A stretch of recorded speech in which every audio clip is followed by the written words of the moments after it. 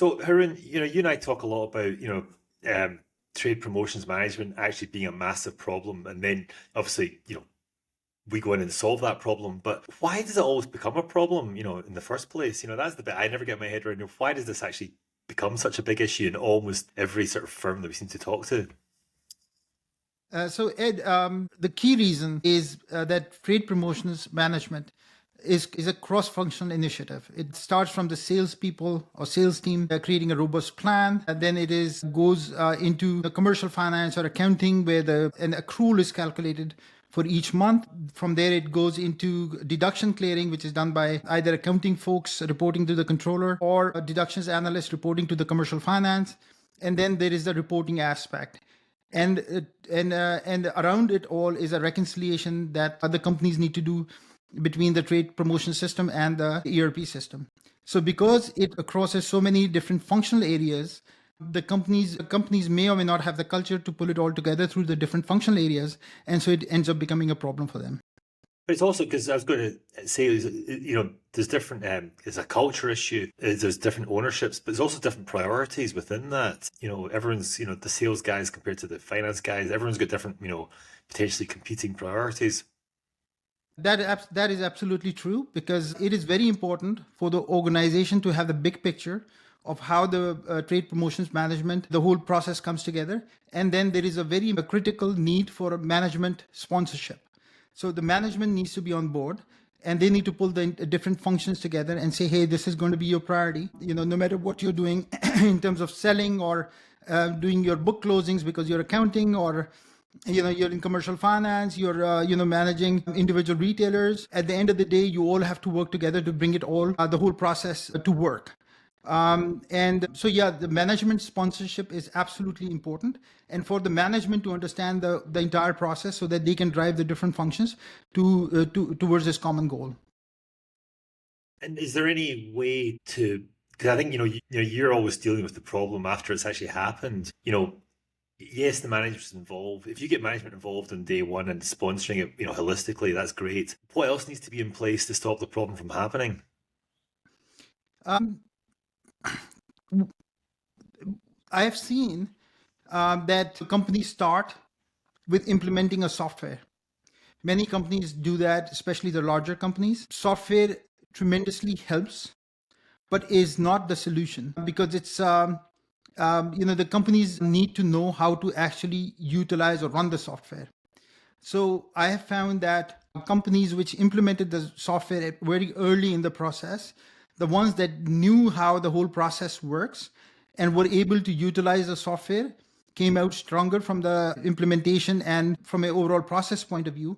But I've also seen companies who spent hundreds of thousands of dollars implementing the software, doing the implementation wrong because they didn't understand how the whole process works. They didn't understand the need, the end result of this entire process, which is very robust reporting. So the software was not structured correctly, and they ended up implementing the software but not getting the desired results.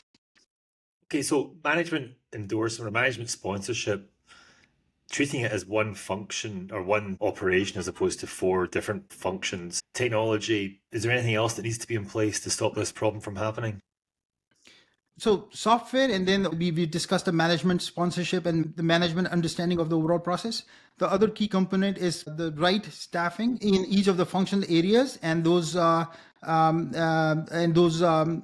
individuals who are assigned to this also understand the entire picture, and they have a common goal to making this a success. So it's a vision issue. It involves a commitment to, if the company is large, implementing a tool or software tool. It involves the people and the training so that everybody is working towards a common goal. And then it involves the proper design and utilization of the system so that the much needed critical reporting at the end of the process is generated and is able to be utilized by the management team.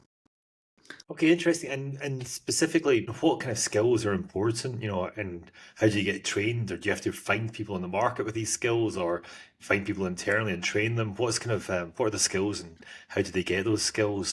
At the start of the process, robust planning is required. So the sales team is used to do that planning. So they just have to learn how to use the system. So that part, the existing sales team can be trained. Then the accounting team needs to be trained to be able to use the information entered to generate very accurate monthly accruals. These accruals are very important because to be able to book the expense in the right period.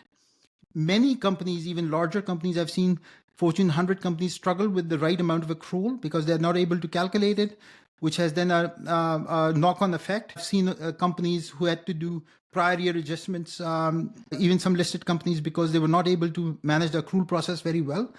So the accounting team needs to be well trained.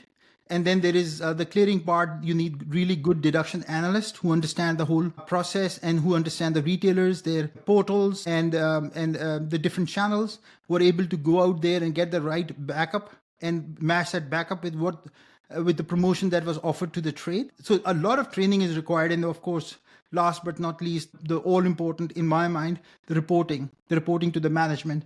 So the management to be able to gauge whether the promotions are effective or not. So for all of this, a great deal of training is required, especially from people who are clearing deductions and from the accounting folks to bring this whole process together in a very coherent fashion.